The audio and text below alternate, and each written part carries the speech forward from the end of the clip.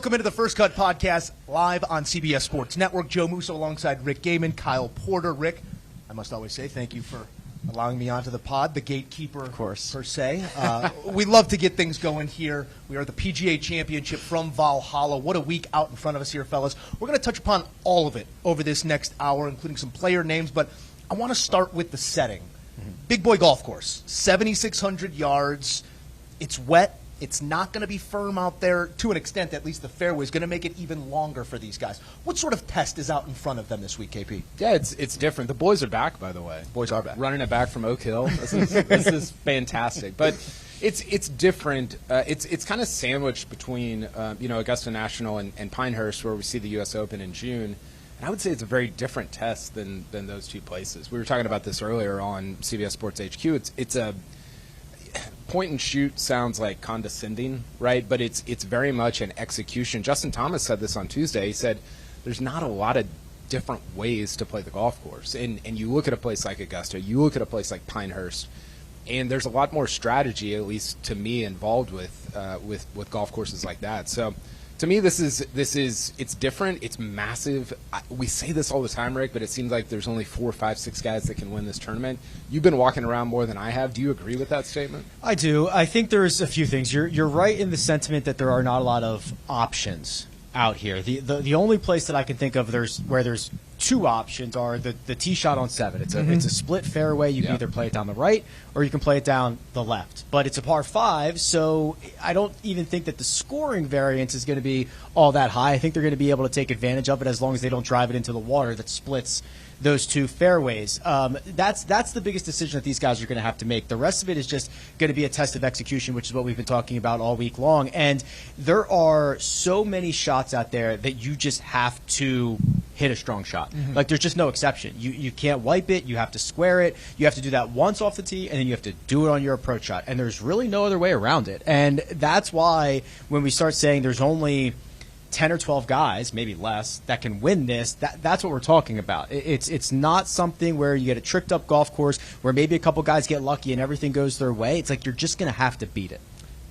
Our CBS Sports stat team does such a great job. There's always a couple in there that make you say, let's check that. And it's always right because they are the best in the business. But the one that got me, no player has won a PGA at Valhalla outside of the top 4 at the conclusion of any round. Not the first round, second round. You have to keep pace here. Why is that? I think it's because there's not a huge there's probably not going to be a wide range of scores. Yep. I mean, there will be compared to skill levels, right? There's 20 club pros out here. There are past champions. You're going to see guys shoot high numbers, but when you talk about the guys that are really in the mix, the 10 or 12 or 15 guys, I think they're all going to be within a much tighter dispersion. So having to be on pace makes a lot of sense, KP. There's not going to be a way where John Rahm steals 5 shots or somebody. You might steal 1 or 2 here and there, but you're just going to have to play good golf. Yeah, it reminds me of Torrey Pines in that sense, Yeah. right? 2021 U.S. Open. You had that. I called it a pile up of Lamborghinis because it was Bryson, it was Rory, it was Rahm, it was big hitters only, and Justin Thomas, again, said this on Tuesday. He said, you're probably going to get a bunch leaderboard on Sunday, which, Augusta National allows you to go out and separate. We've seen that. We've got a lot of finishes at the Masters recently that haven't been that exciting. You think about both of Scottie's. You think about, I guess, Hideki's got a little bit tight, got a little bit interesting. Rahm kind of blew Koepka out. I don't necessarily know or think that's going to happen at Valhalla this week. So you can say what you want about the lack of strategy or the point and shoot or whatever, but I bet on Sunday we're talking about how good this leaderboard is. Much in that same vein, it's a place that's produced playoffs in 2 of the 3 PGAs that have been contested here and in the senior PGA that's been contested here. So sit back, strap in. We might have extra golf for you this week on CBS Saturday and Sunday coverage coming your way. KP, we've sort of danced around it a little bit here, but is there a premium to be put on any one aspect of the game? Obviously, you're going to have to drive it well, but is there going to be a possibility for someone who is proficient in long iron play, maybe not the longest off the tee, to remain relevant throughout this tournament? Yeah, I think so, and I'm actually curious to throw this at Rick in terms of whether it's easier to hold. Like, there's been a lot of moisture this week. Yes. We got that on Tuesday. It was kind of rainy when we're coming up here today. Does that help hold fairways better or greens better? I'll give you a second to think about that, because I think the thing that I think about as it relates to this golf course is Tiger said on Tuesday, hey, I can't remember if he said 2000 or 2014, but I'm hitting driver wedge into the first hole, and now I'm hitting driver 5-wood. And that's a different – Rick, you and I were joking about how far back they've moved that first tee.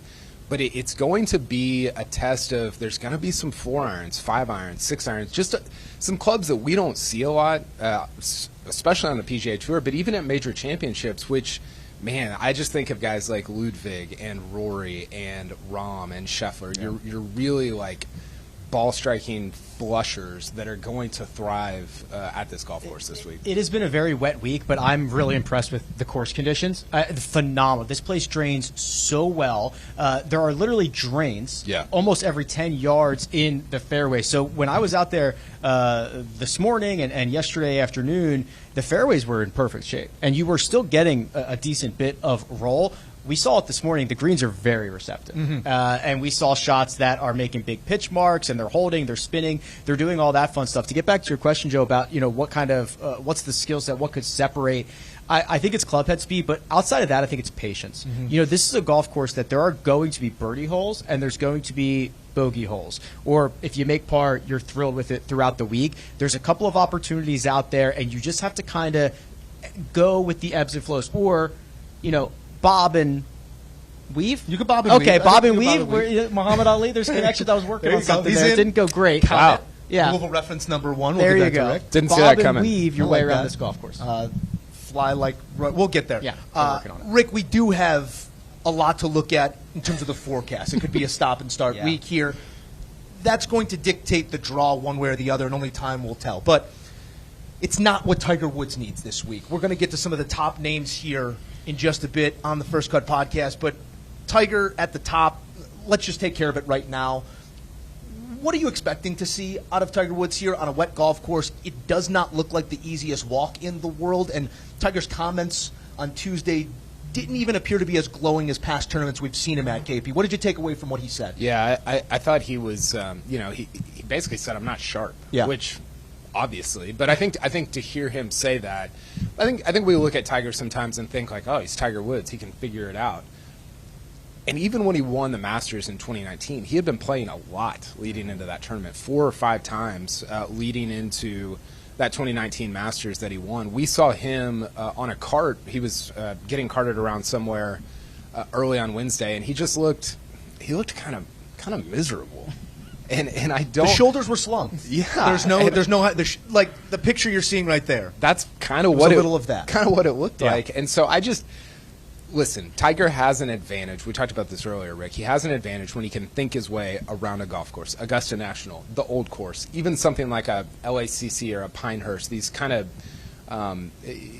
not the grown-up graduated rough, but more the nippy chips and like all the kind of creative stuff. He's really good. He's still really good when he can think and strategize his way around. This is not that golf course, and I don't think it's really going to go that well this week. I'm expecting pain and suffering. I hope I'm wrong, and I hope it's just pain on the scorecard and not actual physical pain. But this is such a long golf course. If he is not driving it well, which there's not a ton of evidence that he will, he's going to be playing out a thick, kind of nasty rough throughout the week.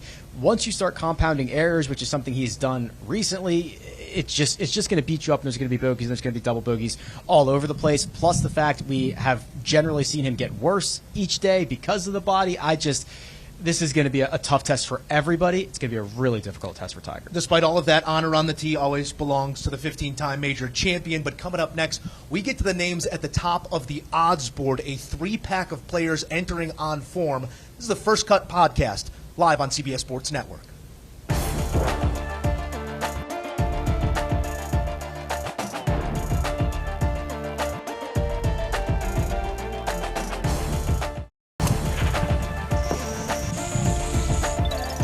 Back on CBS Sports HQ, live on CBS Sports Network. This is the First Cut podcast. We got a lot of responsibilities this week, fellas. Our responsibility here is to have a conversation about those who truly have a chance to win this tournament, and your eyes immediately go to Brooks Koepka. He's done this before, back-to-back PGA Championships, did it with the U.S. Open as well. Brooks coming in on form off a win in Singapore, and that's usually indicative of signs of things to come. He's such a momentum golfer, KP. How much was that win in Singapore worth, and how much is that dictating the way we're talking about him today? Yeah, I think it was meaningful. I mean, he played pretty bad at the Masters for him, right, for his expectations. By his own admittance. Yeah, and he talked about that. He talked about that, I believe, at Adelaide, the Live Australia event, and played well there. Obviously played great at Singapore, and this week will be really interesting for him because we've gotten into the point where every major championship that Brooks Koepka wins now is historically relevant. You could argue that every major championship win by anybody is historically relevant, but for him, we're getting into some pretty uncharted territory, so where the oxygen gets a little bit thin, right? I'm going to read the names, a list of names of guys that have won 6 majors since World War II. So what'd you call it, Joe? Live ball era? The live ball era. A lot of baseball allusions here this week. So this is the guys that have won 6 since World War II. Jack Nicklaus, Tiger Woods, Ben Hogan, Gary Player, Tom Watson, Sam Snead, Arnold Palmer, Lee Trevino, Nick Faldo, and Phil Mickelson, who beat Brooks Koepka in 2021 at Kiowa to win that PGA to get into the 6 major club. So that's the company that Brooks is trying to join this week, which is it's pretty extraordinary. Yeah. I mean, Brooks is weird to think about because he doesn't win a lot outside of majors. But if we're only looking at major championships, I mean, Phil, he's at the age now when Phil started winning majors, and Phil got 6 from then on. Brooks still has a lot of years left to rack up several more. Rarefied air, back in good health. Always great to have Brooks in the mix. But you said the word that I think might be the lever point for Brooks, and it's history or historical reference. And it feels like he doesn't engage with that all that much. That's great for us to sit and place what he's done and what he maybe does do this week, Rick. But the fact that he doesn't engage with those ideas of what this means, and he's just there to, like we just heard him say, hit good shots, play good golf, win a golf tournament. One shot at a time. He makes little of a big situation. Do you think that feeds into his success? Of course. I mean, he has a skill set of living in the moment, right? That's a skill. He does not relish good or bad shots. He does not let that linger over his head. He doesn't think about what a 6th, 7th, 8th major championship could mean for his legacy. He can reflect on all of that later when he's retired and he's got a room full of trophies. But he's able to just take one shot at a time, as corny as that sounds. And we saw, we don't get to see Brooks a lot, right? He's not on the PGA Tour anymore, and it is always jarring the first time you see him hit a shot. It just keeps going up. His apex is insane. It comes down soft.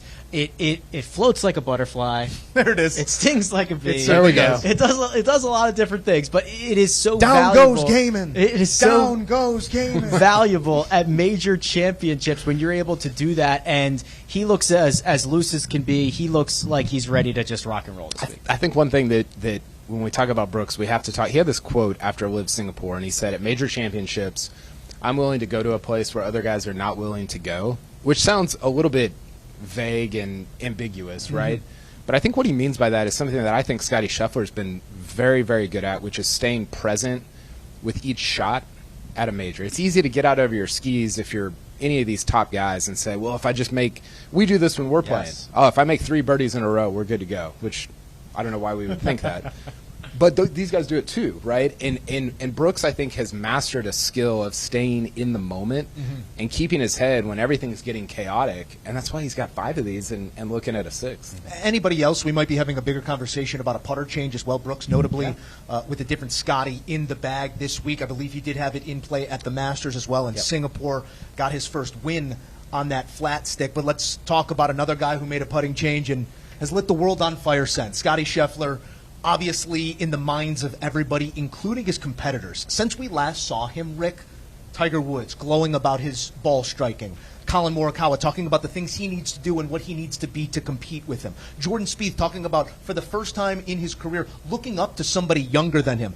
None of this prompted by anything but Scottie Scheffler's play.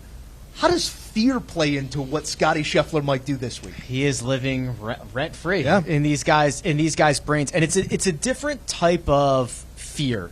It's not Tiger is going to destroy you. It is Scottie's inevitable, and Scottie's going to be there. And I know I'm going to have to deal with Scottie eventually, right? He's not going to give a tournament away. If this was tennis, he'd probably have 0 unforced errors, right? He just never plays himself out of contention, and when he piles up as many opportunities as he does, it's just a matter of time before he nips you. And KP, it's interesting because it has been a couple of weeks since we've seen him.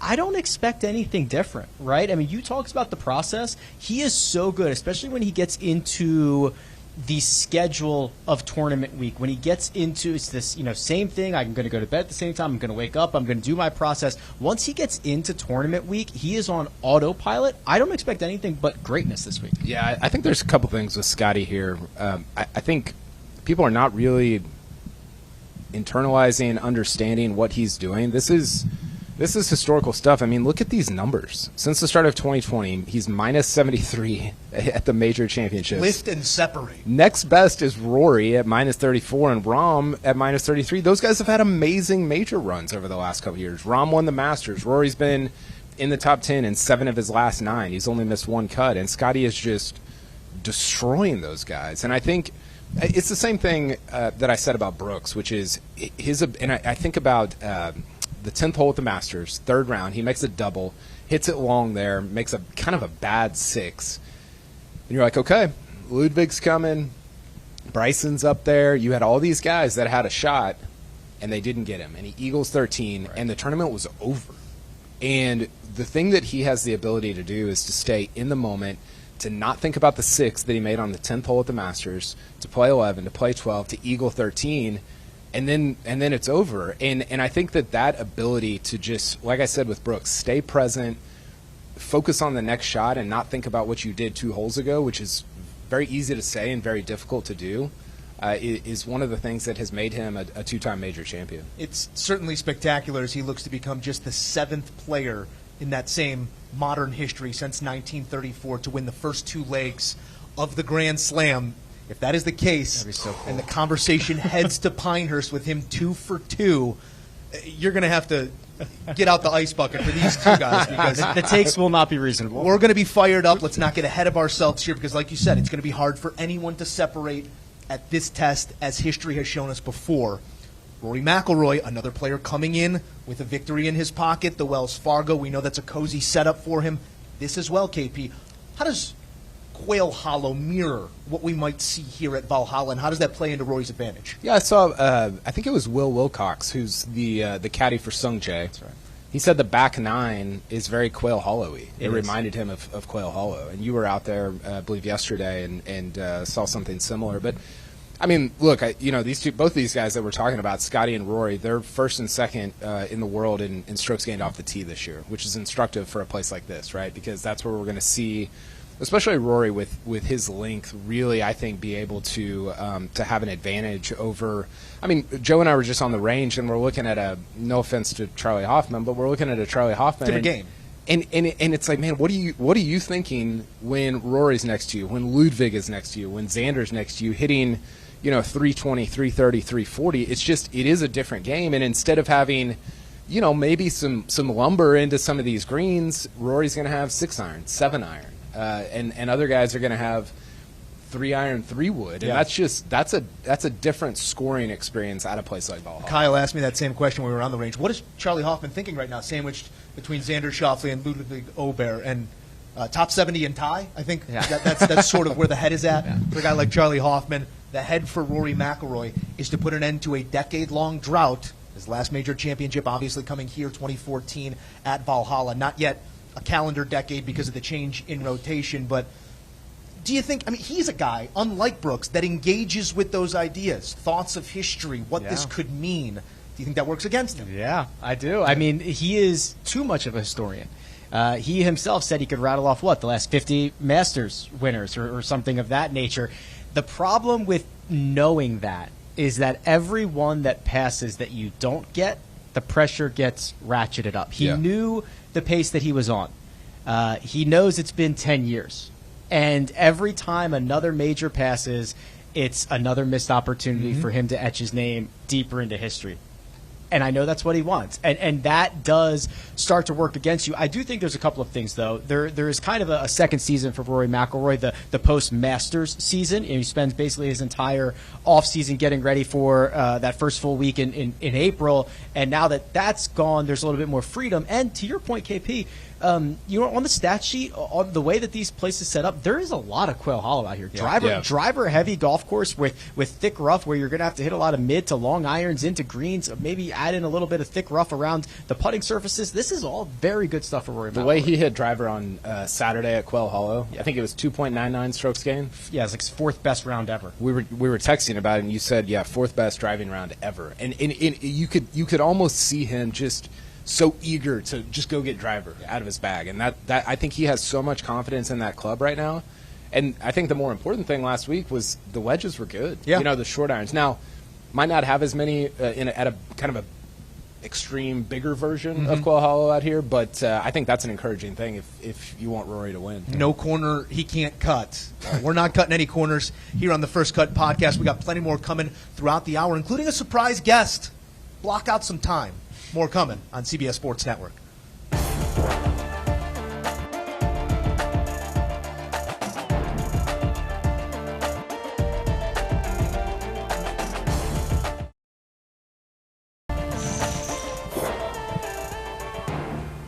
Welcome back to the First Cut podcast live on CBS Sports Network. Joe Musso alongside my guys, Rick Gehman and Kyle Porter here, taking us through it all throughout the week at Valhalla. So much at stake, and sometimes we get hyper-fixated on the moment that we live in, but there are historical implications all over the place. Most notably, Jordan Spieth, a PGA away from completing the career Grand Slam, would be just a small handful of players to do that. We haven't seen one in a very long time.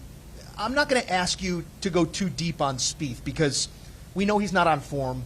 We know the wrist is bothering him. So I'll ask it to you this way, KP. As our resident historian, what is the most historical possible outcome here at the PGA? Yeah, the income's good, too. The income's not bad for anyone. I thought he meant just Spieth historian. Not overall historian. Well, yeah, Spieth Island. How are things on Spieth Island? Spieth Island, we're putting up, we're boarding up the windows.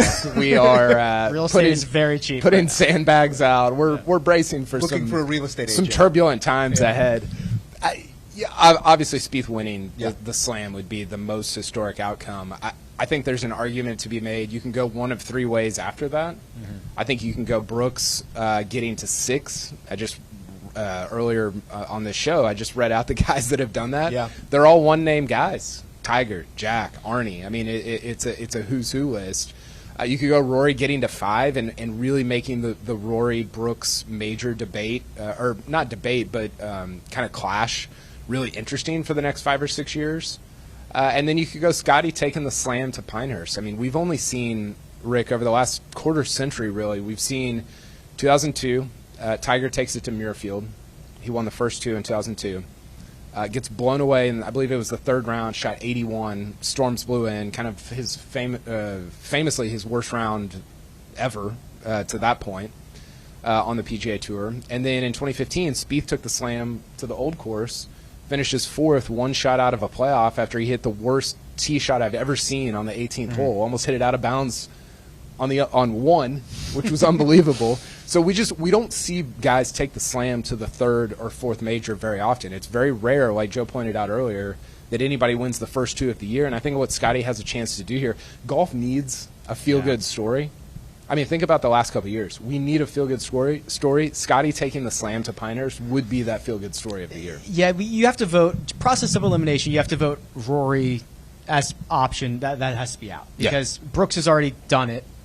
Brooks has already gotten to 5 first as a modern player. So it would be cool. It would be awesome. It would end a drought and would set us up for the future, but it wouldn't be as impactful right now. I think it is Scottie. I do. I mean, because not only would it give him 3, which would, again, once you start getting past 2, the lists get shorter and shorter, but I did not think, and I still don't really think a Slam is possible. I agree. There's so much luck. If I ask you that question on Sunday and Scottie Scheffler's holding the Wanamaker, will you have the same answer? No, I'm a prisoner of the moment. I will be. I will be. He'll be running laps out here. Yeah, I'll already be handing him the slam. I think it would be so incredible. A career Grand Slam is one thing. To do it all in 1 year, and my brain is not ready to handle that. Because we've said it off air. I don't think there's a setup more conducive to what Scottie's great at than Pinehurst. Yes. He is going to be in the mix at Pinehurst. Yeah. The short game, the chipping that he doesn't get credit for, he did obviously at the Masters, but that's going to play right into his hand. Then you're obviously at the behest of the draw at an Open Championship, but if we are at the fourth leg, I mean that is the only thing anyone's talking about. Yeah, then it becomes a story win or lose, Yeah. right? It's Scottie won the Slam or Scottie didn't win the Slam, but if you want me to pick right now, I will pick Scottie to win Pinehurst. I think he's going to win the U.S. Open this year. He played great at LACC last year. I think the other thing to keep in mind is you look at take it back to 2017, the last 7 winners or whatever that is, 6 winners of the PGA. JT, Brooks, Morikawa, Phil, JT, Brooks. That's a hitters only list. Yeah. Couple honorable mentions. If Morikawa won, that'd be 3-20 starts at majors, which would be an unbelievable pace. Ludwig, winning his second Masters or his second major. Well, let's go there, because this is a group of players that obviously deserves the limelight. Players that have established themselves, that are not just playing for a trophy and a check this week, but for history because of what they've already done in their careers. There is a young pack of players out here. Ludwig Åberg headlining it, but a number of guys who either don't have PGA Tour wins, have one PGA Tour win, that could conceivably be on that leaderboard, just as we saw him at the Masters. Who's a young name that you have your eye on clear? I mean, we were watching Åberg hit balls on the range here, and he looks like he could win everything. He's insane right now. I mean, it's fantastic, Rick. Let's go on Ludwig for a little bit here. What's going to be the make or break moment in his week this week? I think it might actually be the knee, right? So he withdrew from his most recent start with a knee injury. I asked him about it earlier. He very much downplayed it. He said he is wearing a brace, but it's not going to impact him. I thought he was very. I mean, listen, he's great, and I think he was just kind of downplaying it and didn't want to get into knee conversations. But I think that's the only thing. Mm-hmm. I mean, literally, his game is unbelievable. We are not even a year into his professional career. He's got 2 wins worldwide. He was on the Ryder Cup winning European team. He tried to win the Masters, was in the mix there. It just it's nuts what he's doing. He obviously hasn't won at the rate or amassed what Viktor Hovland did a year ago, but feels like he's occupying that line on the playbill, if you will, in this story that we call golf. KP, what are your expectations for Viktor? Because this seems like a guy who had it all on a string. I think we had the conversation last year after the Tour Championship. I had him signed up for 2 majors, and it's just a completely different conversation right now. Well, I think one of my takeaways from Oak Hill last year when we did this very thing at Oak Hill, I said the thing that I was most convinced of this week is that Viktor Hovland's going to win at least 1 major. I mean, he stared Brooks down, didn't really falter until the 16th hole, and kind of got a bad break in the bunker there and ended up losing. But Kevin Van Valkenburg wrote a great piece for NoLaneUp.com I believe it came out on Wednesday, and he's searching. He's lost, and he's searching, and he can't find it. And I think the place that Rick and I have arrived at, I think both of us, is that guys like Viktor, who have the pedigree that he has, from being a junior to being at Oklahoma State to winning the USAM to everything that he's done, they will eventually figure it out. But it makes you wonder, a little bit like Bryson, if the curiosity and the going down rabbit holes is going to lead to some inconsistency over the course of his career, right? Because you look at, I think about Rory I wrote about this for CBSSports.com this week. Rory's been in the top 15 or top 16 in the world for like 12 straight years, 13 straight years.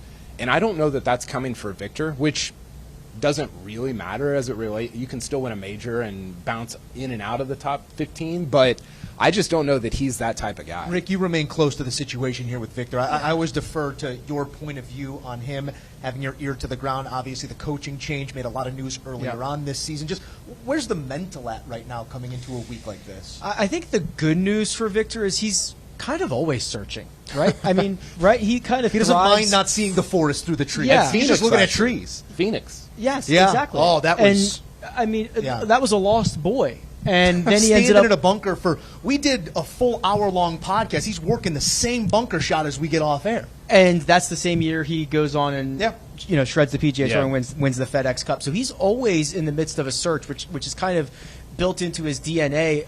The good news being the fourth round at Quail Hollow was one of the best approach rounds he's had. He's gained like 4 strokes on approach. So maybe he feels like he's close there. The problem is those short game concerns are back. There's been basically a full regression to his 2022 form, something that we didn't really see in 2023. Maybe it's the coaching change. Maybe it's spending more time on the full swing. Maybe it's just, hey, it's golf or all of the above. But that is also something that we need to continue to keep an eye on. So many amazing storylines at this PGA. I feel like someone's going to get left out. I'm glad you mentioned Morikawa. He seems to be on form, the ball striking back to maybe not the level we saw at its peak, but very, very good stuff out of Colin Morikawa. And Xander Schauffele, I mean, it can't go without saying what he almost did a week ago and how that fed into the narrative surrounding his inability to get it done. What we saw last week, KP, does that get him closer to what he's trying to do or further from it? Well, I was looking at I went back and looked at, who are the 5 best guys since the start of 2022? So statistically, strokes gained. There's 5 guys that are at 2 strokes gained or higher. What is that, like a top 5 level, basically? Yeah, massive. Yeah. So you're playing as a top 5 player in the world. It's Scheffler, Rory, Rahm, and then Cantlay and Xander. Scheffler's got 11 wins in that time. All of his wins have come since the start of 2022. Rory and Rahm both had 7. This is non-team wins. Rory won the Zurich. I'm throwing that out. Cantlay had, Xander had 2, and Cantlay had 1. And if you're Xander or Cantlay, but we're talking about Xander, you look at that and you're like, man, I'm playing at a clip that Rahm and Rory, and maybe not Scheffler, but Rahm and Rory are playing at, but the wins aren't there. And you have to look at that and you have to deduce that's a problem. Yeah, like that's an issue, and I don't know what the solve is, but there's no getting around the fact that that's an issue for him. I have always been on the team that, hey, winning is a lot about luck, and it's going to start falling in Xander's direction because of all the stuff that you're talking about, KP. He just puts himself in the mix, and the numbers don't add up. It was like when Scottie was going on that stretch where it was like, why isn't Scottie winning? Okay, well now he's winning too much, right? They just start happening in bunches, and for Xander, it just hasn't happened. And that Sunday, I will have etched in my brain at Quail Hollow the way that he became a spectator to Rory McIlroy. Yeah. He stepped aside. He made an unbelievable eagle on 7. He took the tournament right there, and then he just let Rory have it. Rick, I could go for days. I'm like Anthony Kim coming off the 14th here at the Ryder Cup. I didn't know it was over either, but I'm being told we do have to take a break here. Plenty more coming on the First Cut podcast live on CBS Sports Network. Joe Musso, Kyle Porter, Rick Gehman. We'll be back quick.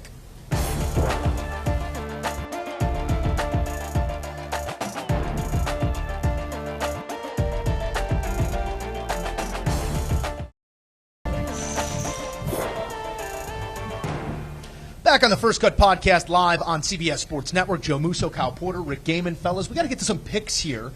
Assign a little bit of confidence, see who you like, who your eye will be most closely on. Rick, give me a pick and then a long shot. 2 players you think fit what's going to be asked here this week at Valhalla. Yeah, I looked at this from a very value-centric standpoint, and I went with Jon Rahm to win because I saw 16-1 and my eyes popped out of my head for a guy who's a former number 1 player and I believe is one of the 8 to 12 golfers who can actually win this tournament. He is literally, not even exaggerating, one of the best drivers of the golf ball on planet Earth, and then he can hit his long irons, and he's got a great short game that'll be just fine around Valhalla. And then I'm backing that up with another guy who's yet to break through but has a pedigree in major championships, and that's Will Zalatoris at 80 to 1. 80 to 1. Yes, the putter can be a problem. Yes, he was miserable at the Wells Fargo Championship, but when you put Will Zalatoris in a major championship setup that asks you to do similar things that you have to do at Torrey Pines, drive it well, hit long irons, do it again and again and again, that smells like Will Zalatoris to me. KP? Yeah, I've got bravely. I've got Scottie Scheffler winning this golf tournament. Bravery. Yeah, I'm really going out on a limb. I think that one of the most impressive parts about Scottie Scheffler this year, or throughout his career, but especially this year, he wins on so many different types of golf courses: Augusta National, Harbor Town, TPC Sawgrass, Phoenix. He wins Bay Hill. He wins everywhere. And so, yes, this is a different test than an Augusta, than a Pinehurst, than a Troon. But I think he's going to handle it plenty fine. He's top 2 in the world off the tee. And that's what this golf course is going to demand this week for the PGA Championship winner. And then I'm going with another guy that is elite off the tee. That's Cam Young. I really like Cam Young. I think he's like 50, 55, 60 to 1. It came down to kind of him and Bryson for me. Bryson's shorter. I think Bryson has a very good chance this week at 28 to 1. But Cam Young's just been incredible off the tee, and he's really kind of popped a couple times this year. Finished second at Valspar. Had a quiet top 10 at the Masters, and I really like the way he's played at major championships over the course of his career. If Scottie does get it done, it would be his first win beyond the month of April. All of those wins coming from the start of the season, February through April. We'll see if he can get one in the summer months. I don't know correlation, causation. It seems like that game plays in any month, in any town. We'll see if he can do it in Louisville. Myself, not that anyone's asking, Rory McIlroy is my pick to win. Form, fate, all of it. It lines up and tells me that it's going to be Rory this week, putting that drought to an end. A celebration here, full circle from what was a decade ago. Long shot, based off of the fact that I just saw him on the range, and he always gives me butterflies. Ricky Fowler's sporting a 200 to 1 or longer number, depending on where you get it. There's a reason for that. Yes, there is a reason for that. Our friends in the desert always know what's going on, but Ricky is still a guy that I hold out hope for to get a major championship, to further solidify his place in this game and the history of this game. I don't know if it comes this week, but at 200 to 1, a sprinkle and a thank you maybe? What if I told you somebody from one of the final 2 pairings in 2014 is going to win this tournament this week? You should bet them all, and because they're all there's a lot of long shots in there. Yeah. Time moves fast on these players. Time moves fast on us as well. We got a little bit more coming here on the First Cut Podcast, live on CBS Sports Network. A quick break, and we're back.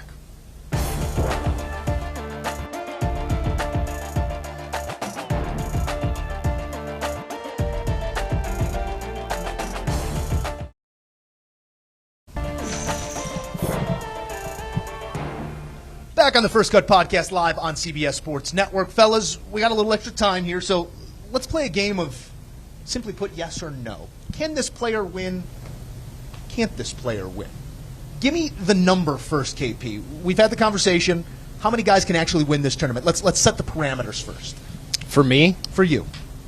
I think like 6. 6 guys. I'll take over 6.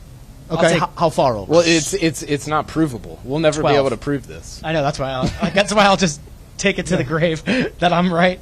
Okay, so 12 and 6. Going to be a lot of no's coming from Kyle Porter. I want to start with a name we have not said yet, but local ties here to Louisville. Form not there, but a PGA champion twice over in his own right. Justin Thomas, yes or no, Kyle Porter? No, but he might win like 6 PGAs in his career, which would be not weird. This one. Yeah. Okay. Obviously, yes. He's won 2 of these before. He's at home, and he's one of the elite approach players in the world. You think JT can beat Scottie Scheffler this week? I need that's the problem. The problem is Scottie just wipes everybody off the board. So it's just one? We're saying one guy can win the answer this is either tournament. 1 or 12. It's not 6. All right, let's go to maybe, obviously the odds board suggests yes, but is it too big to write, too big to handle Rory McIlroy? Yes. Okay. Yes, of course. And Obviously can it's win too this big to tournament. write. And it's too big to write. I'm just trying to get you over 6 yeses. I'm just going to offer Scottie Scheffler, Rory McIlroy, Uh-huh. Brooks Koepka. Yeah. 3 yeses. Yes. Okay. John Rahm. Yes. Bryson DeChambeau. Yes. And we're up to 5. I'll tap out here. Uh, We're up to 5. Let's say, can Cam Smith win this tournament this No. week? Not a chance. Can Cam Young win this tournament? You've got him in a bind. He does. I yeah. did. You do. You got me. 'cause you got a long shot You pick got me there. in a We've got- corner yeah. here. Maybe it's 7. Maybe like- because the 2 names I have in my head are Cam Young and Wyndham Clark, who we haven't talked about at all. Yeah.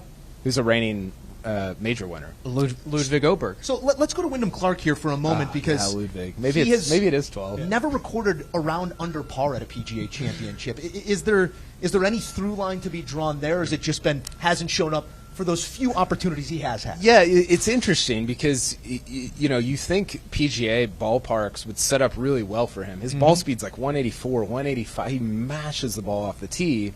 And you think about the right miss that got talked about a lot at LACC last year. this is a course that can kind of handle it, right? Depending on what hole you're on, because it's not running out. Or do you disagree? No, I mostly agree with you. I think the biggest thing is he has only played one PGA Championship as New Wyndham. Yeah. So it was the Wells Fargo win, and then the next week he missed the cut, and then he went on. I just think he is in a new era of his game right now. It's like the Max Homa thing, like, oh, he didn't have a top 10 in a major. Well, yeah, Doesn't he was matter. terrible for Yeah. the first 4 years of his career. Yeah. How far down the board would you take me? Like, my eyes go to a guy like Matthew Pavon, who's had success early this season. I know it's a no for UKP, Yeah. but this is a tournament that at times has produced a winner that is unexpected. Let's maybe go with the more expected here. We do have some good names. Colin Morikawa is a resounding yes for me. Rick, you're giving me the yes as well, Kyle? No. Why not? He's not long enough. I think this course is going to play like 8,000 yards. Okay. And I think you're going to get into a situation where there's a ton of 3, 4, 5 irons in. And that's a good area of his game, but you're going to have Rory and Scheffler and Rahm hitting, 7, 8, 9 in. We were having this conversation, Rick and I, in your absence yesterday, KP, and it's interesting when you think about it. Not a lot of major tests end with a par 5. I mean, Yeah. You get it at Torrey, you get it at Pebble, you get it a couple places. You get it here at Valhalla. Do you like a par 5 finisher, specifically this one? I do like a par 5 finisher. I don't know that I love this one. Okay.